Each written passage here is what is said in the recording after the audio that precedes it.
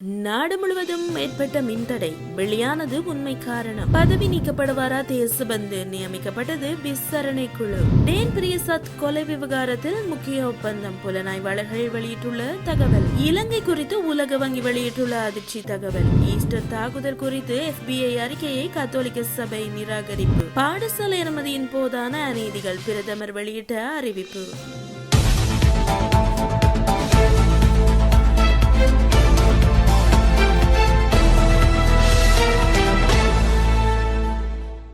கடந்த பிப்ரவரி மாதம் 9ஆம் தேதி நாடு முழுவதும் ஏற்பட்ட மின் தடைக்கான காரணத்தை நிபுணர் குழு அறிவித்துள்ளது.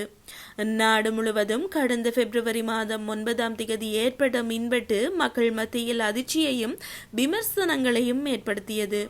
பாணந்துறை மின் இணைப்பு துணை மின் நிலையத்தில் குரங்கு மோதியதால் நாடு முழுவதும் மின்தடை ஏற்பட்டதாக வலுசக்தி அமைச்சர் குமார ஜெயக்கொடி தெரிவித்திருந்தார். இதனால் நாடு முழுவதும் மின் விநியோகத்தில் பெரும் தடங்களை ஏற்படுத்தியதாகவும் இதனால் நாடு முழுவதும் மின் விநியோகம் பாதிக்கப்பட்டதாகவும் அரசு தரப்பிலிருந்து தெரிவிக்கப்பட்டது. இந்த நிலையில் சூரிய மின்கலங்கள் மூலம் தேசிய மின் கட்டமைப்புக்கு வழங்கப்படும் மின்சாரத்தின் அளவு அதிகரித்தமை காரணமாக தேசிய மின் கட்டமைப்பு நிலைத்தன்மை குறைந்ததுதான் மின்தடைக்கு வழிவகுத்துள்ளதாக நிபுணர் குழு தெரிவித்துள்ளது. மின்தடைக்கான அறிக்கையை சமர்ப்பித்து அந்த குழு இதனை வெளிப்படுத்தியுள்ளது.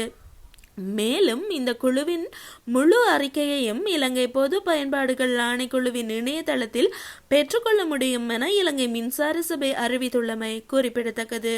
இடைநிறுத்தப்பட்டுள்ள காவல்துறை மா அதிபர் தேசபந்து தென்னக்கோனை பதவியில் இருந்து நீக்குவது தொடர்பாக 3 பேர் கொண்ட விசாரணை குழு நியமிக்கப்பட்டுள்ளது.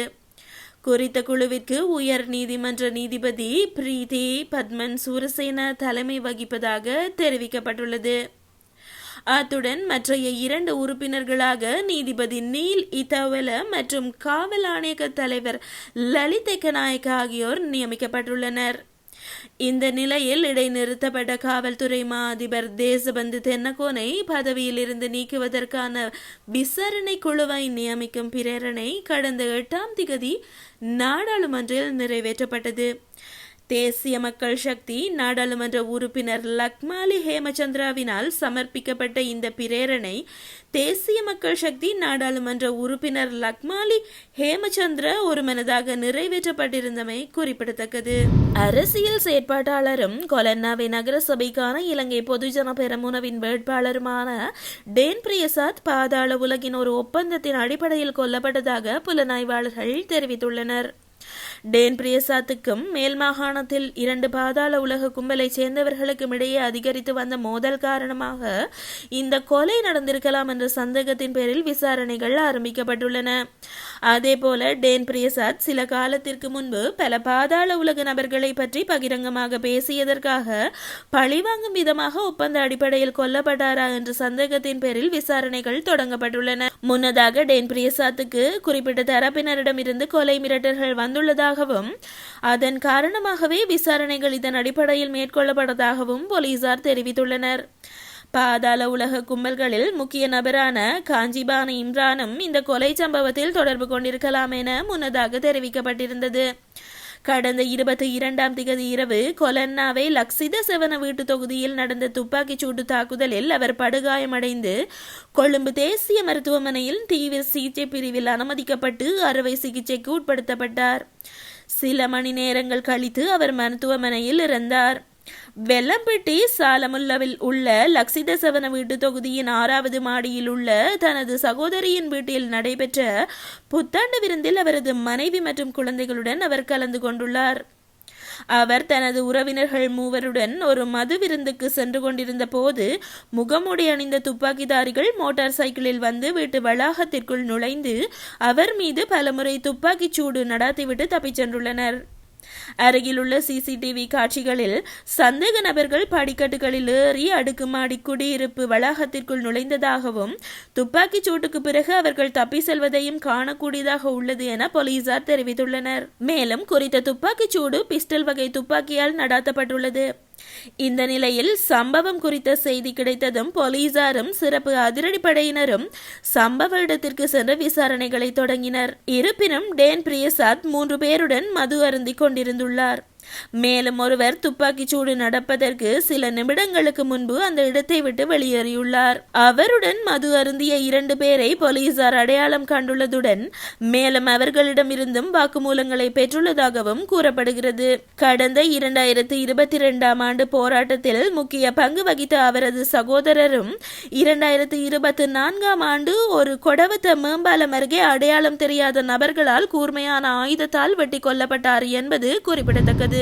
இலங்கை 2024ஆம் ஆண்டு எதிர்பார்த்ததை விட அதிகமாக வளர்ச்சி கண்டிருந்தாலும் மக்கள் தொகையின் 1/3 பகுதி தற்போதும் வறுமையில் அல்லது மீண்டும் வறுமைக்குள் செல்வதற்கான அபாயத்தில் இருப்பதாக உலக வங்கி தெரிவித்துள்ளது. மாலைதீவு, நேபாளம் மற்றும் இலங்கை ஆகிய நாடுகளுக்கான உலக வங்கி பிராந்திய பணிப்பாளர் டேவிட் சில்சன் வெளியிட்டுள்ள அறிக்கையில் இந்த விடயம் தெரிவிக்கப்பட்டுள்ளது. இலங்கை அபிவிருத்தி இற்றைப்படுத்தல் என்ற 2 ஆண்டுகளுக்கு ஒருமுறை வெளியிடப்படும் அறிக்கையின் மூலம் இந்த விடயம் வெளியிடப்பட்டுள்ளது. இலங்கையின் தற்போதைய பொருளாதார மீட்பு நிலை சிறப்பாக இருப்பதாகவும் 2024இல் 5% வளர்ச்சி அடைந்துள்ளதாகவும் குறிப்பிடப்பட்டுள்ளது.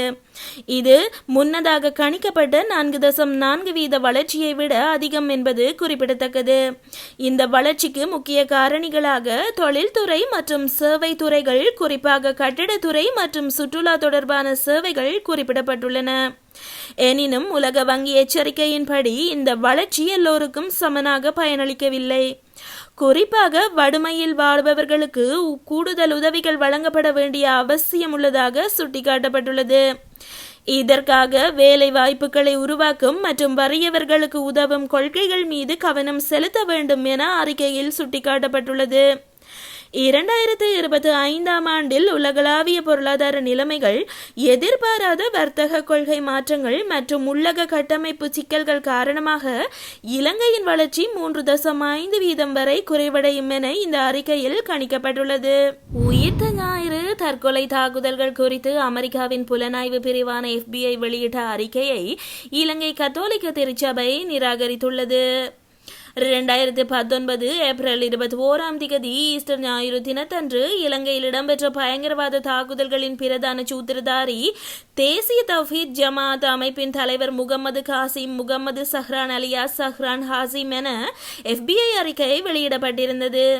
அமெரிக்காவின் லாஸ் ஏஞ்சல்ஸ் மாவட்ட நீதிமன்றத்தில் தாக்கல் செய்யப்பட்டுள்ள வழக்கு ஒன்றில் FBI சிறப்பு அதிகாரியான மரேலி ஆர் குட்வித் தாக்கல் செய்த அறிக்கையில் இந்த விடயம் தெரிவிக்கப்பட்டுள்ளது. இலங்கை அதிகாரிகளோ அல்லது எங்கள் திருச்சபையோ எப்போதும் சுதந்திரமான விரிவான விசாரணையை கோரிக்கொண்டிருப்பதாக இலங்கை கத்தோலிக்க ஆயர் பேரவையின் பேச்சாளர் அருட்தந்தை ஜூட் கிரிசாந்த பெர்னாண்டோ தெரிவித்துள்ளார்.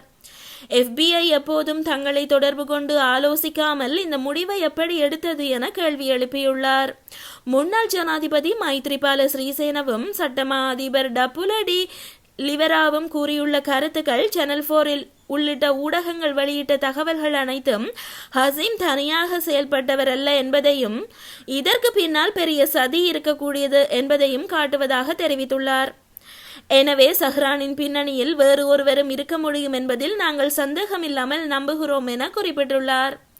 FBI தனது விசாரணையை எவ்வாறு நடாத்தியது, யாரை சந்தித்தது, என்ன ஆதாரங்களை கொண்டது என்பது தொடர்பாக பல கேள்விகள் எழுந்துள்ளதாக தெரிவித்துள்ளார். FBI அதிகாரிகள் எங்களை ஒரு முறையாவது சந்தித்ததில்லை. அப்படி இருக்க அவர்கள் கூறும் முடிவை எவ்வாறு ஏற்க முடியும் என அருட்தந்தை ஜூட் கிரிசாந்த பெர்னாண்டோ கேள்வி எழுப்பியுள்ளார்.